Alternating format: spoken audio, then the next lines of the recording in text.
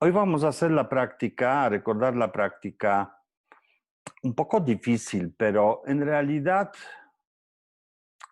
no hay prácticas difíciles, hay obstáculos o no los hay, porque recuerden que en este tipo de prácticas, como las estamos haciendo, en realidad se trata de la experiencia, no de entenderlas, no de entender los conceptos. Yo comparto las enseñanzas o esa parte de enseñanzas con ustedes para que puedan tener contexto. Y cuando estudiamos a fondo estas prácticas, es importante la información porque me enredé con mi propio cable. Es importante tener esta información porque es porque aclara el objetivo. Les voy a compartir hoy algo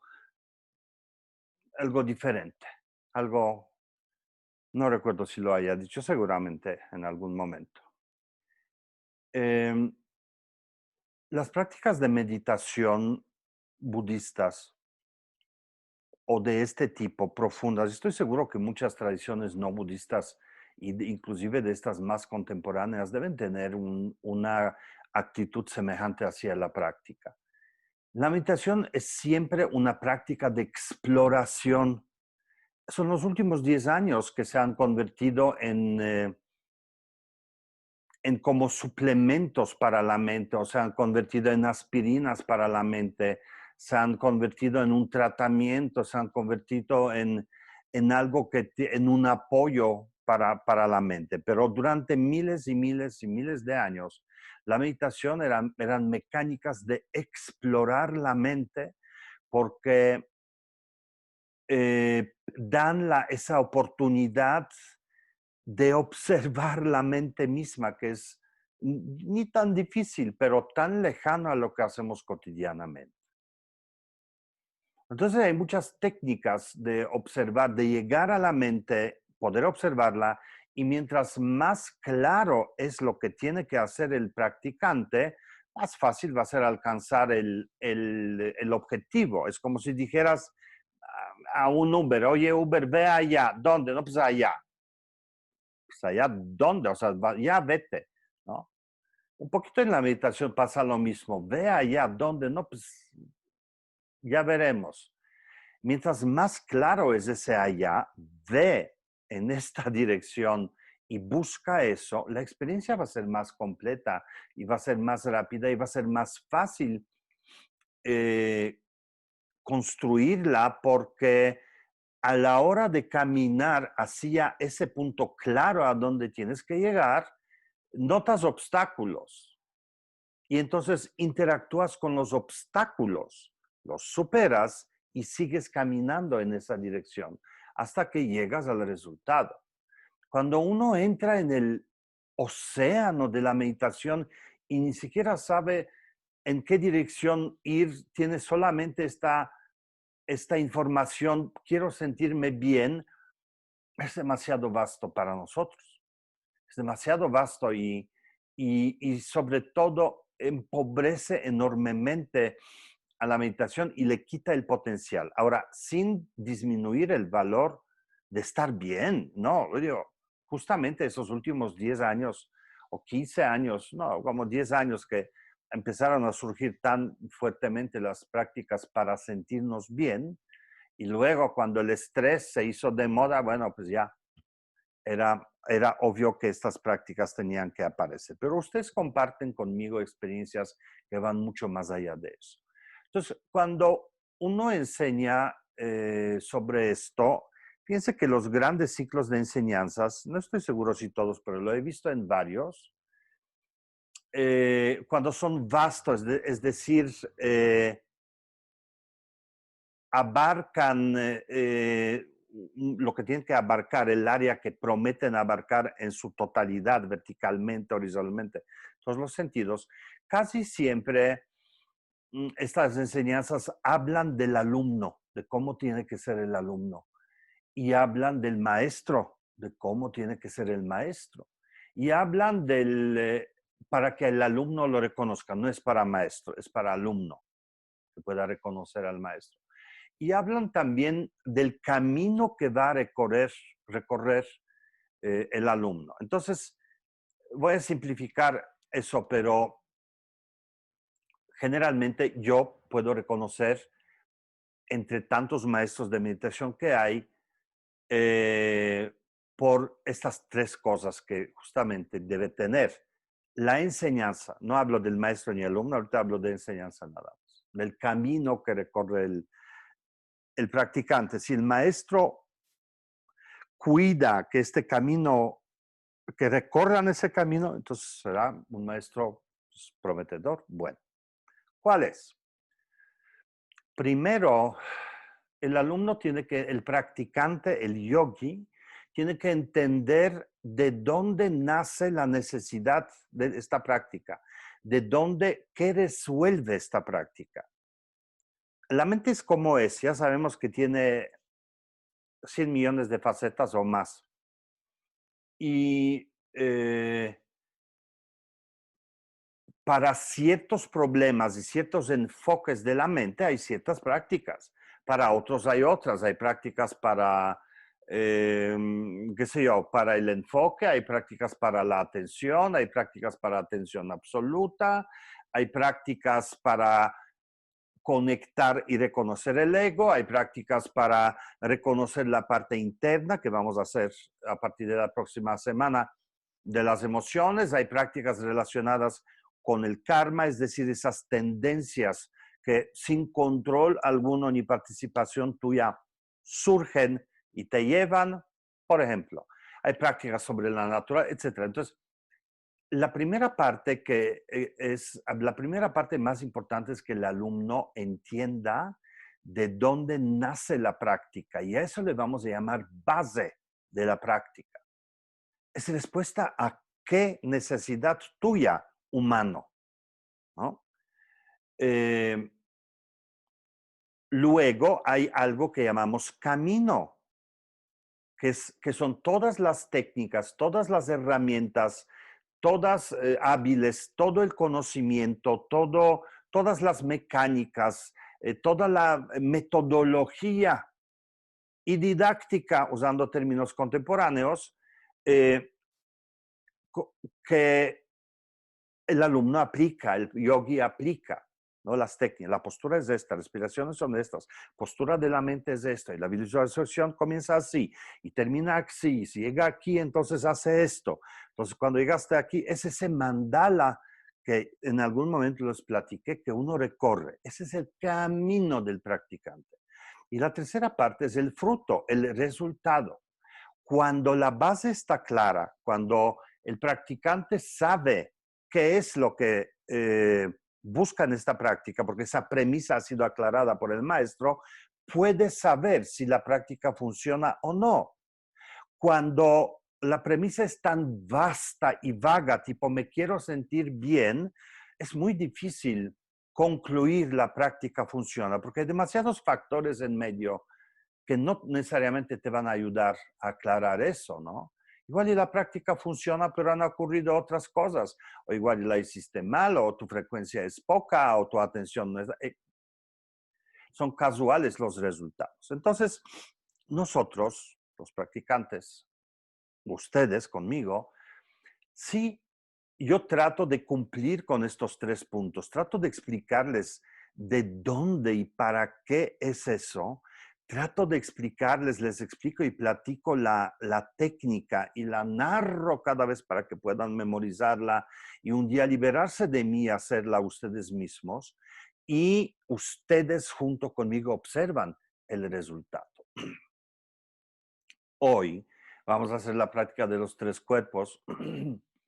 Es una práctica muy sofisticada porque es muy abstracta, mientras que la práctica del lunes, del refugio, la Matenzin ya la formó, le dio formato accesible para cualquier persona, con preparación, sin preparación, con conocimiento del budismo, sin conocimiento. Basta con que sufra y su mente está loca ya. Está perfecto para hacer esta práctica, porque uno se refugia en el no problema, ¿no? Y porque esa base de la que hablé consiste en reconocer que el sufrimiento surge cuando mi atención, yo dedico mi energía vital, mi atención, mi fuerza, mi tiempo, todos mis recursos a cultivar el problema. Punto. Y entonces, ¿qué pasaría si en vez de dedicar ese tiempo así al problema, le tomaras un tantito y permanecieras en el estado de no problema? Surgen beneficios porque uno se conecta con su naturaleza. Y esa es la práctica. Y la técnica ya conocen la postura, respiración en la nariz, respiración en el pecho, conectas la quietud en el cuerpo, detrás, etcétera, etcétera, etcétera. La de hoy es más abstracta porque nace el refugio también es parte de enseñanzas Dzogchen, de esas enseñanzas más sofisticadas del budismo Bon, pero han sido como que más ya hechas a la forma del ser humano cotidiano. Esa de 3 cuerpos, Lama Tenzin también la limó bastante para que pudiéramos hacerla, pero va más profundo, más allá del dolor y del sufrimiento. Porque recuerden, el primer cuerpo al que acudimos, al que buscamos, se llama el cuerpo del vacío, que es lo opuesto de algo que llamamos cuerpo del dolor. De ahí empezó la enseñanza sobre los 3 cuerpos. Yo insistía en platicar y regresaba a ese término para que se asentara en su mente y se fijara en su mente de que el cuerpo del dolor es la suma de todas nuestras experiencias negativas desde el día 1 de tu vida y bueno, como budista desde el día 1 más todas las encarnaciones incontables anteriores, pero si no crees en eso, da igual, desde el momento 1. Todo el dolor y el sufrimiento y la suma de esto siempre va a ser mayor a la suma del cuerpo gozoso, ¿no? Siempre va a ser mayor.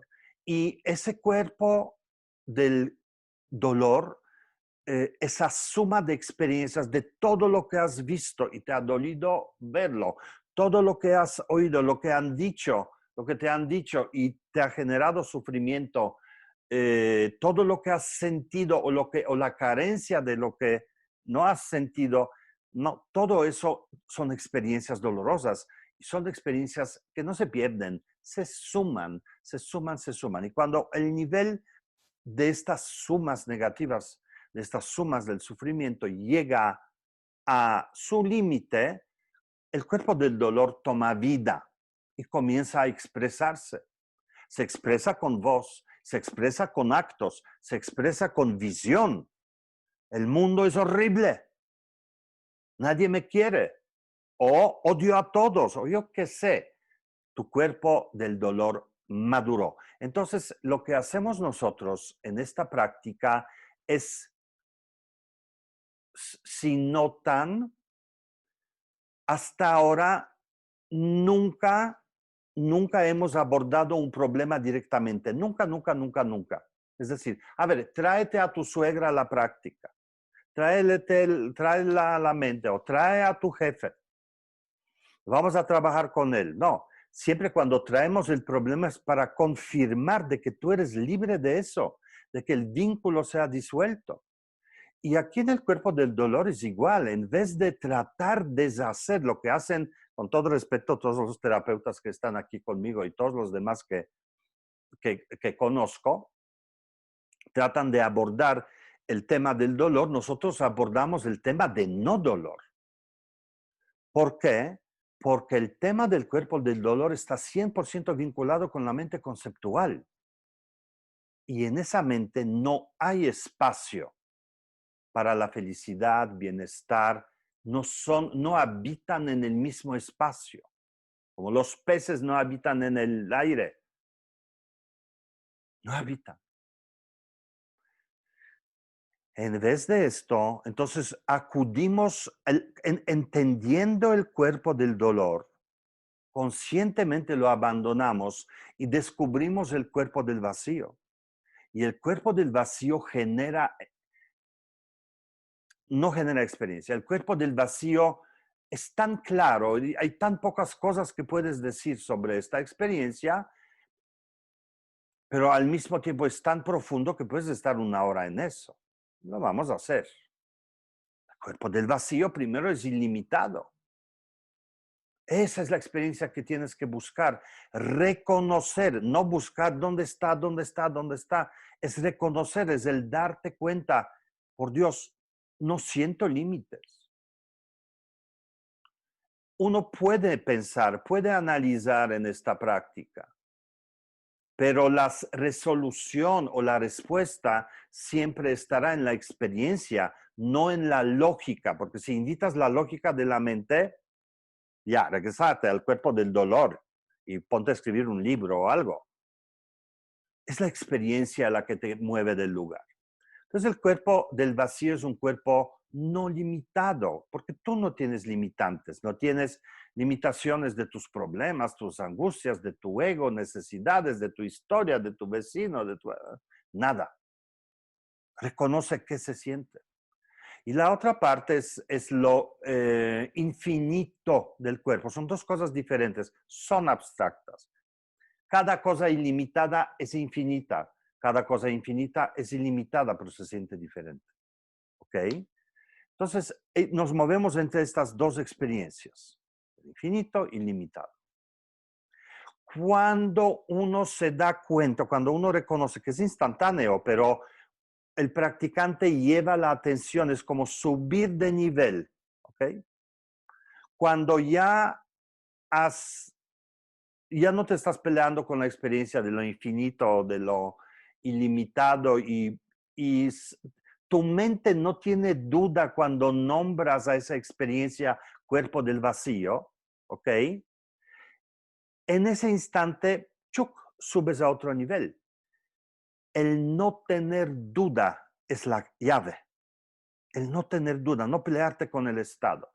Si tú agarras tu meditador, cuerpo del vacío, viene una persona de la calle, se sienta a tu lado y yo le digo, oye, fíjate, el cuerpo del vacío está más allá de la mente, va a pensar que estoy loco y que tú seguramente estás loco o loca poseída, ¿no? ¿Por qué? Porque no tiene experiencia. Pero tú sí. Y por eso en esta experiencia ya no dudas.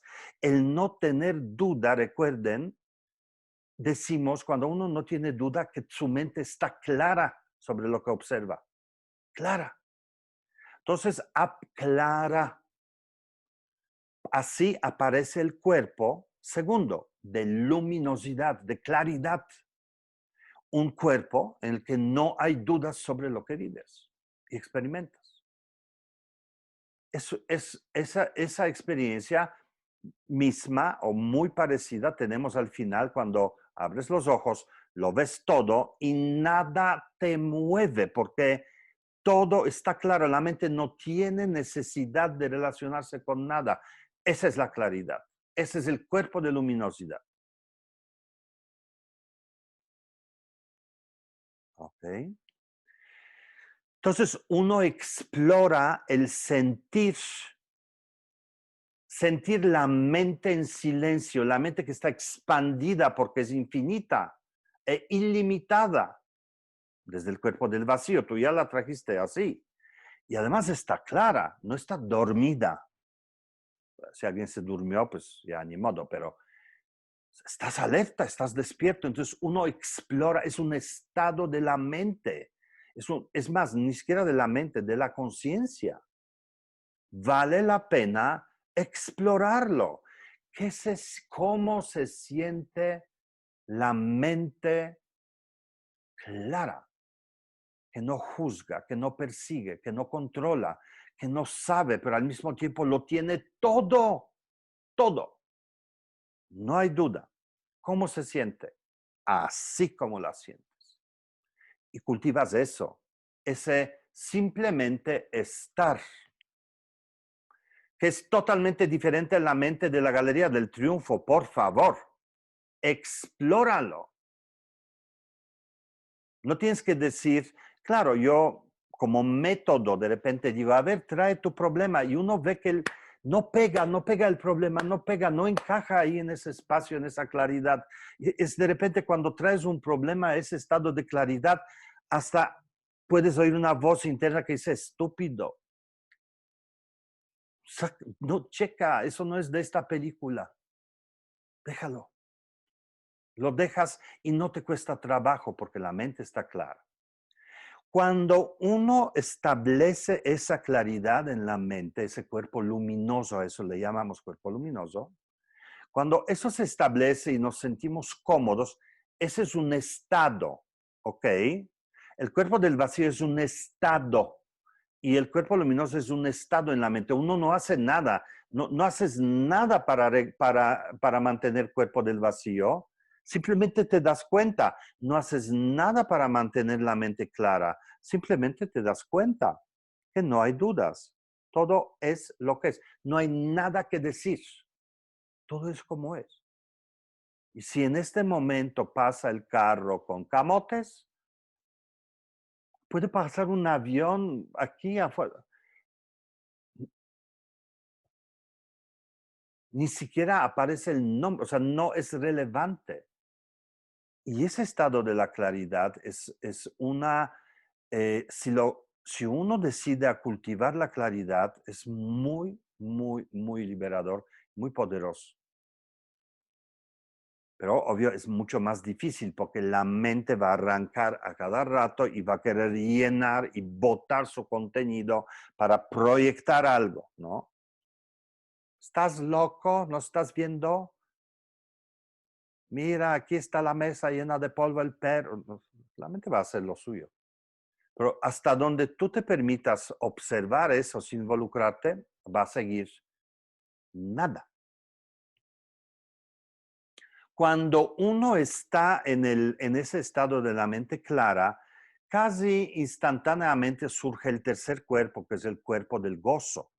¿Por qué surge? Porque cuando tú exploras la claridad de tu cuerpo vacío, porque en realidad es eso, o sea, uno explora lo vacío de su estado de la mente, la única experiencia que uno percibe, lo único que uno puede percibir como experiencia es plenitud. Y yo muchas veces la apunto, digo, mira, date cuenta, diciendo no carencia, o sea, ¿qué es plenitud? Es que no hay ninguna carencia, no te hace falta nada. ¿Cómo se siente ser completo? Inmediatamente surge un poco de calidez, un poco de orgullo, una majestuosidad, un gozo de plenitud como un atardecer, que es pleno, aunque se disuelve en la oscuridad. Pero el momento, el acto de ocurrir es perfecto. Y esa perfección nos llena de gozo. Y este es el tercer cuerpo, el cuerpo del gozo. Cuando uno reconoce en la claridad de la mente, cuando uno reconoce el vacío de la mente con esa claridad, surge el gozo y estamos más allá del samsara, totalmente más allá de la parte de la proyección de uno mismo. Ahí estás fuera de la proyección, totalmente. Recuerdan, todo lo que está afuera es proyección de la mente. Eso hicimos en la otra práctica de Dava Jalsen, que ya no vamos a hacer aquí, pero tal vez un día regresemos. Entonces, uno permanece en ese estado de la mente increíblemente expandida, sin significados, contenido, clara porque no tiene duda alguna, ni necesidad alguna, ni control alguno, nada. Y se reconoce pleno y completo. Esa es la última parte de nuestra pirámide. Esa allá, que ya es aquí, en esa parte de la pirámide de tu mente, donde está el gozo, está el templo. Esa es la parte más sagrada de ti, también más oculta. La más sagrada, porque es perfecta, porque es completa, porque es pura. Esa es la parte que es inmutable verdaderamente, intocable. Cuando ocurre la vida y se te viene encima, esa no desaparece, esa se tapó con lo que permitiste que llegara a tu mente. Se tapó, pero está. Pasa, no va hacia abajo, porque eso no desciende. Entra como en otra dimensión de ti. La pierdes de vista, te desconectas de esa parte, pero nunca dejas de serlo. Esta es la parte divina de nosotros mismos. Y esta parte es la que constantemente genera a cascadas las cualidades, la capacidad de amar, la capacidad de ser generoso, de ecuanimidad, de alegría, de creatividad, de empatía, de determinación. Todos los perfeccionamientos surgen de esta mente, no surgen porque te lo dijeron. Ama al prójimo. Surgen porque son parte intrínseca de ese espacio. No te cuando uno está en cuando uno cultiva este estado y comienza a tener acceso a él durante la vida cotidiana, las cosas no cuestan. No cuesta perdonar, no cuesta soltar, no cuesta ganar, no cuesta obtener, no cuesta sanar. Nada cuesta. ¿Por qué? Porque todo está ahí. Es el potencial puro, es panacea, es ahí donde ocurre la alquimia. Todo se transforma en oro, ahí, en ese estado, en el cuerpo del gozo. Bueno, pues vámonos allá. Esa práctica, bueno, más que recomendable. Parece similar al refugio porque el camino es parecido. Pero las experiencias que buscamos y las experiencias donde nos refugiamos son diferentes. En el refugio te refugias en la quietud del cuerpo. En el cuerpo del vacío te refugias en lo infinito e ilimitado, ¿no? En el refugio te refugias en el silencio de la mente que deja de producir y aquí te refugias en la claridad de la mente. En el refugio te refugias en la espaciosidad de la mente y aquí te refugias en el gozo, en la plenitud, en la perfección de la mente, ¿no? Entonces, vámonos allá.